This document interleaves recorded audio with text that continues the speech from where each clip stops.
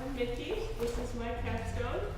The inspiration for this project came from my need to practice improv. I play with the UBC jazz band. I play my fiddle, and after playing with them for a little while in my second or third year, I realized I'm quite out of my league in my ability to improvise. So that kind of was the inspiration for this project. And it's a lot easier to practice improv when you have accompaniment backing you up and kind of so you can hear the chords as you improvise. So yeah, in this project I'm dealing with piano accompaniment, and there's kind of three elements to kind of consider when thinking about accompaniment. The first being what notes you're going to play as a piano player, the rhythm in which you play them, and deciding where you're going to go after you play a chord. And in this project, in the patch, we decided to organize these elements into call objects, which are basically lists of data, which looks like this. This is my chord data call for my jazz major level. The last two elements in each list are the chord name, and everything before that is the notes in each chord. Some things I considered while making these lists are which extensions I should add, because in jazz there's ninths, 11ths, 13ths, there's a lot to consider. So I tried to keep it fairly simple by using, sevenths, some nines. And then I had to consider what order I should put the chords in, so the voicing, or what order the pitches would be in, and how many options I should have for each chord. I have 4 kind of options for the C chord or the 1 chord, and just moving down. So yeah, the next thing is the rhythm. I ran into a couple issues with the rhythm because I'm using MIDI information for this. And yeah, I really wanted to make it sound jazzy. So the issue was getting the rhythm to sound like jazz. So in jazz, all 8th notes are swung, and it took a lot of trial and error to accomplish this, but there is a time value table in Max that gives you the value of every note that you need. So I used that table and use of rests, and by putting a pedal down and using a triplet, I was able to do some ties and things. As for progressions and deciding what would happen next, I used percentages. So in the first list, so the first chord, the number 1 would be the first chord in my previous call, the chord call, and it would go to the 9th item in the list 30% of the time, the 10th item 30% of the time, and so on. And in jazz, 2-5-1 is and in all genres of music, but it's very common. So I used greater percentages for 2, 5, and 1 chords, and I also used plurals. So 3 is a plural of 1, and 4 is a plural of 2. So I just copied and pasted those so it would be more consistent for the jazz idiom. Yeah, so that's progressions. And then, so there's these kind of list of things that make jazz kind of sound jazzy.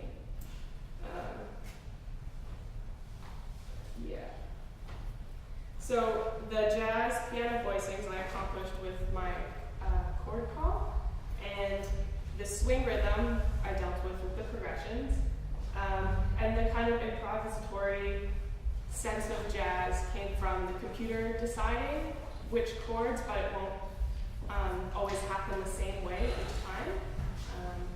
But something that's really, really common in jazz is the changing of key centers, and using a pivot chord between 2 different key centers to get there. Like this is just a really common jazz chart. I circled where the key changes. As you can see, even as a really basic chart, it changes really, really often. But as this Capstone being a tool to practice improv instead of just going through a bunch of charts. I found it was nice that we could stay in one key area for a while, because this is such a great part of jazz, changing key centers. We added an option to transpose. So the kind of rule being, if 1 is followed by a 2 or a 5 chord, it can move to a 2 chord of any other key, which is very common in jazz. So there's an option for that.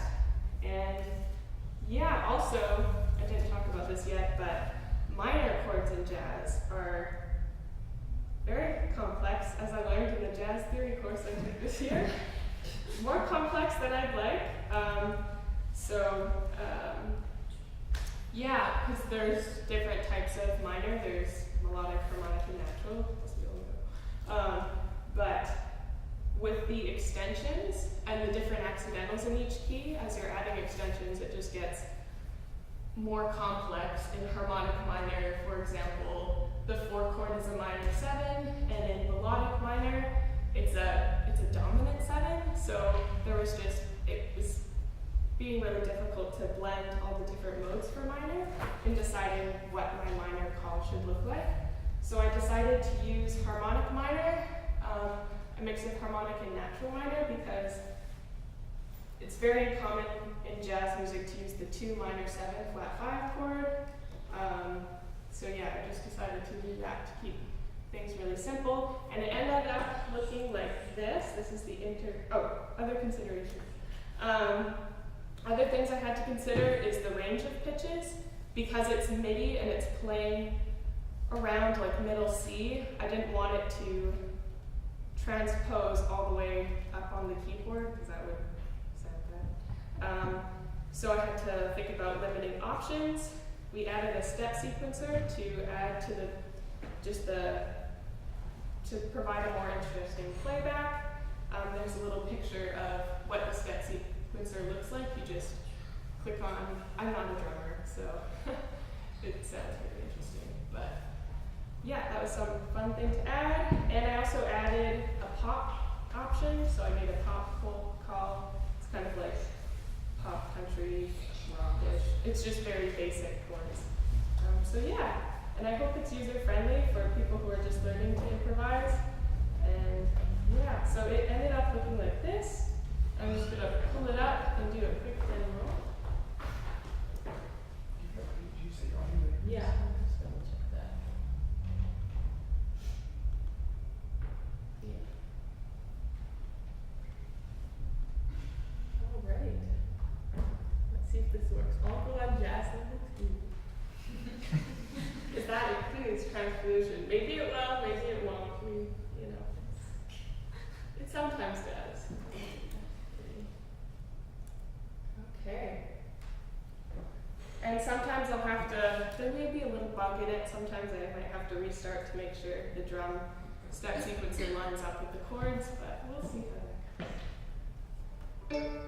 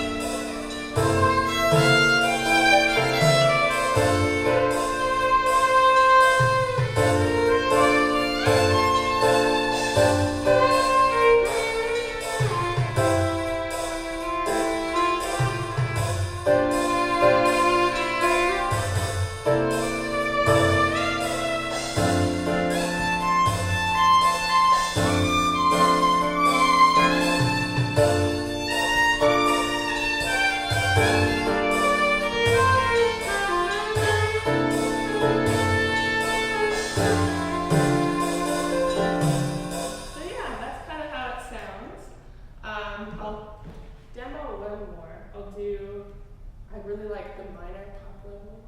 I think I really got the drums down. You can tell it's kind of iffy. I'll do a ballad, and I'll do B. see how that goes.